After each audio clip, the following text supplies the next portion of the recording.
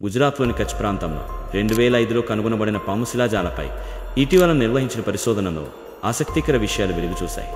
ఈ శిలాజాలు సుమారు 47 మిలియన్ సంవత్సరాల క్రితం నివసించిన 36 నుండి 50 అడుగుల పొడవు కలిగిన పాముకు చెందినవని గుర్తించారు. ఈ పాముకు వాస్కి ఇండికస్ అని పేరు పెట్టారు. ఇది హిందూ పురాణాలలో శివుడి మెడను అలంకరించిన వస్కి సర్పంగా సూచిస్తుంది. ఈ శిలాజాలు 2005లో గుజరాత్లోని బొగ్గు గనుల్లో కనుగొనబడ్డాయి. మొదటి వాటిని మొసలి లాంటి సరీసృపాల శిలాజాలుగా భావించారు. తరువాతి విశ్లేషణలో అవి పాముకు చెందినవని నిర్ధారించారు. ఈ పాములు సుమారు 47 మిలియన్ సంవత్సరాల క్రితం భారతదేశంలో నివసించాయని తెలిపారు. సుమారు 36 నుండి 50 అడుగుల పొడవు కలిగి ఉంది.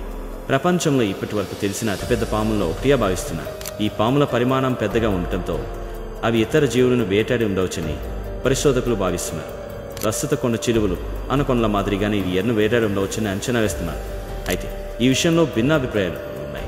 పరిశోధనకు నేతృత్వం వహించిన వారిలో ఒకరైన దేవ్జిత్ మాట్లాడుతూ ఈ పాము మరీ అంత క్రూరంగా ఉండకపోవచ్చని, ఆనాటి ఉష్ణోగ్రతల వల్లే పాముకంత భారీ శరీర నిర్మాణం ఉండవచ్చని అభిప్రాయపడ్డారు. ఈ శిలాజాలపై పరిశోధనలు 2022 వరకు ల్యాబ్లోనే నిలిచిపోయాయి. ఆ తర్వాత పరిశోధన కొనసాగించడంతో ఈ ఆసక్తికర వివరాలు వెలుగు చూశాయి.